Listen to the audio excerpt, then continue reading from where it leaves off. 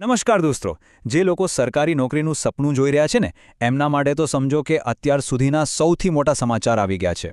જી હા, ગુજરાત ગૌણ સેવા પસંદગી મંડળ એટલે કે આપણું GSSB 2026 માટે એક એવી જબરદસ્ત ભરતી લઈને આવ્યું છે ને કે જે કદાચ ઇતિહાસ બનાવી દેશે. તો ચલો આ સોનેરી તકની એક વાતને બારીકાઈથી સમજીએ અને જોઈએ કે આ તક આપણા ભવિષ્યને કઈ રીતે બદલી શકે છે. અને હા, આ બધી જ વિગતવાર અને એકદમ સચોટ માહિતી સીધી સૌના સુધી પહોંચાડી રહ્યું છે મા શક્તિ સ્ટુડિયો બિલવાણિયા. અમારો પ્રયત્ન બસ એ જ છે કે સૌને સૌથી પહેલાં અને સૌથી સાચી માહિતી મળે, જેથી તૈયારીમાં કોઈનાથી પાછળ ન રહેવાય. સ્ક્રીન પર જે આંકડો દેખાય છે ને, જી હા, બિલકુલ સાચો છે. 5390 પણ વધારે. મિત્રો, આ ખાલી એક નંબર નથી. આ તો ગુજરાતના હજારો યુવાનોના સપના પૂરા કરવાની એક ઐતિહાસિક તક છે. સાચું કહું તો આવી તક વારંવાર નથી મળતી, અને આ આંકડો જ બૂમ પાડીને કહી રહ્યો છે કે ભાઈ, તૈયારીમાં લાગી જાઓ, આજથી જ, બલકે અત્યારથી જ. તો હવે મનમાં સવાલ એ જ થાય કે આ 5390 કરતાં પણ વધારે જગ્યાઓ છે ક્યાં, કઈ કઈ પોસ્ટ માટે છે? તો જુઓ, GSSBએ આખી ભરતીને એકદમ વ્યવસ્થિત રીતે બે ભાગમાં વહેંચી છે, ગ્રુપ એ અને ગ્રુપ બી. ચાલો ત્યારે હવે જરા ઊંડાણમાં ઉતરીએ અને જોઈએ કે કયા ગ્રુપમાં આપણા માટે કઈ તક છુપાયેલી છે. ઓકે, તો ચાલો હવે સીધા આંકડા પર આવીએ. ગ્રુપ એમાં છે કુલ 2365 જગ્યાઓ, જે પોતે જ કંઈ નાની સૂની વાત નથી. પણ ગ્રુપ બી તો એનાથી પણ એક કદમ આગળ છે, જેમાં છે પૂરી 3005 જગ્યાઓ. મતલબ કે પસંદગી ગમે તે હોય, તક તો બંને બાજુ ભરપૂર છે. તકોનો ભંડાર ખુલ્લો જેમ કહી શકાય. ચાલો હવે ગ્રુપ એમાં ડોક્યું કરીએ. અહીંયા સૌથી મોટું આકર્ષણ શું છે ખબર છે? કલેક્ટર કચેરીના ક્લાર્કની 1600 જગ્યાઓ.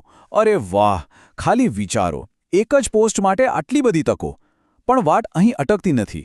સિનિયર ક્લાર્ક માટે 503, હેડ ક્લાર્ક માટે 134 અને સમાજ કલ્યાણ નિરીક્ષક જેવી સારી પોસ્ટ માટે પણ 125 જગ્યાઓ છે. આ બધી જ પોસ્ટ સરકારી તંત્રનો એક બહુ જ મહત્વનો ભાગ છે. હવે આ સ્લાઇડ પર તો ખાસ ધ્યાન આપજો, કારણ કે અહીં જે આંકડો છે ને એ જોઈને તો આંખો પહોળી થઈ જશે. ગ્રુપ બીમાં માત્ર અને માત્ર એક જ પોસ્ટ છે, અને એ છે જુનિયર ક્લાર્ક. અને જગ્યાઓ કેટલી? પૂરી 3005. આને કહેવાય રીતસરનો જેકપોટ. ખરેખર આ એક એવી ગોલ્ડન તક છે જે કદાચ ફરીથી જોવા ન મળે, ખાસ કરીને એવા હજારો ઉમેદવારો માટે જે ક્લાર્ક બનવાનું સપનું જોઈ રહ્યા છે. ઓકે, તો જગ્યાઓની વાત તો આપણે બરાબર સમજી લીધી. પણ હવે આવે છે સૌથી કામનો સવાલ કે ભાઈ, આ ભરતી માટે અરજી કરી કોણ શકે? તારીખો કઈ છે? ભણતર શું જોઈએ? ચાલો હવે આ બધા જ સવાલોના જવાબ એક પછી એક મેળવીએ. આ તારીખો તો છે ને અત્યારે જ કેલેન્ડરમાં નોંધી લો. જુઓ, ઓનલાઈન અરજીઓ શરૂ થશે 5 ફેબ્રુઆરી 2026થી અને અરજી કરવાની છેલ્લી તારીખ છે 20 ફેબ્રુઆરી 2026. મતલબ કે સમયગાળો બહુ લાંબો નથી. એટલે સલાહ એ જ છે કે છેલ્લી ઘડીની ભાગદોડમાં પડવા કરતાં વહેલી તકે ફોર્મ ભરી દેવું. તો કોણ કોણ અરજી કરી શકશે? ચાલો ફટાફટ જોઈ લઈએ. પહેલું, ઉંમર. અરજીની છેલ્લી તારીખે ઉંમર 20થી 35 વર્ષની વચ્ચે હોવી જોઈએ. બીજું, ભણતર. કોઈપણ સ્ટ્રીમમાં ગ્રેજ્યુએટ હોવું જરૂરી છે. અને હા, આની સાથે સાથે કમ્પ્યુટરનું પાયાનું જ્ઞાન અને ગુજરાતી કે હિન્દી ભાષાનું જ્ઞાન પણ હોવું ફરજિયાત છે. એકદમ સીધું અને સરળ છે. સરસ. તો જો લાયકાતના બધા જ માપદંડોમાં ફિટ બેસતા હો, તો હવે વાત આવે છે સૌથી અગત્યના મુદ્દા પર કે અરજી કરવી ક્યાં અને કઈ રીતે. પણ જરાય ચિંતા ના કરતા, ચાલો આપણે ઓજાસ વેબસાઇટ પર અરજી કરવાની આખી પ્રોસેસ સ્ટેપ બાય સ્ટેપ સમજી લઈએ. અરજી કરવાની પ્રોસેસ એકદમ સહેલી છે. સૌથી પહેલાં તો ojasgujarat.gov.in વેબસાઇટ ખોલો. ત્યાં અપ્લાય ઓનલાઈન પર ક્લિક કરીને GSSB સિલેક્ટ કરો. પછી આપણી ભરતીનો જાહેરાત ક્રમાંક યાદ રાખજો, 378/2025-26. એ શોધીને એના પર અપ્લાય કરવાનું છે.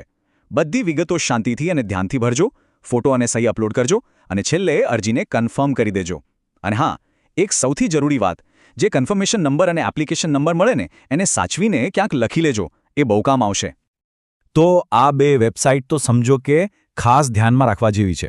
અરજી કરવા માટે ojas.gujarat.gov.in અને ભરતીને લગતી કોઈ પણ નવી અપડેટ કે નોટિફિકેશન માટે gssb.gujarat.gov.in.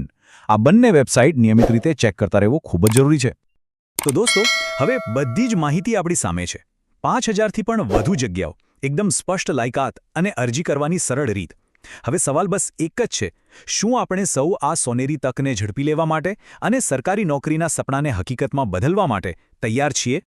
જો આ માહિતી ખરેખર કામની લાગી હોય તો એક લાઇક જરૂર કરજો અને જે પણ મિત્રો તૈયારી કરી રહ્યા છે એમના સુધી આને પહોંચાડવા માટે શેર પણ કરજો. અને હા, ભવિષ્યમાં પણ આવા જ અગત્યના અપડેટ સૌથી પહેલા મેળવવા માટે ચેનલને સબસ્ક્રાઇબ કરવાનું બિલકુલ ના ભૂલતા. આવનારી પરીક્ષા માટે સૌને દિલથી ખૂબ ખૂબ શુભેચ્છાઓ. Best of luck.